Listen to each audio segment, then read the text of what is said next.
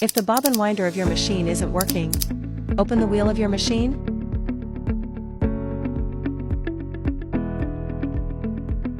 And look at this tension spring. If it is detached from bobbin winder's body, just open this link.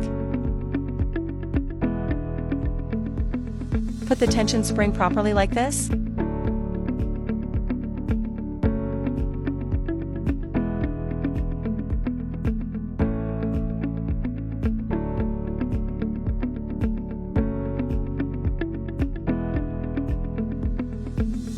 And install it back.